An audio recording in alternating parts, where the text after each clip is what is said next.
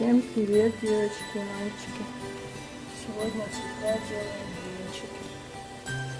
Не было настроения, занялась полезным делом. Буду всех угощать. Как у вас дела? Пишите в комментариях. Всем хорошего настроения, отличного дня, крепкого здоровья. Скоро и чай будет готов, и напеку блинчиков штучку. Вроде все получается.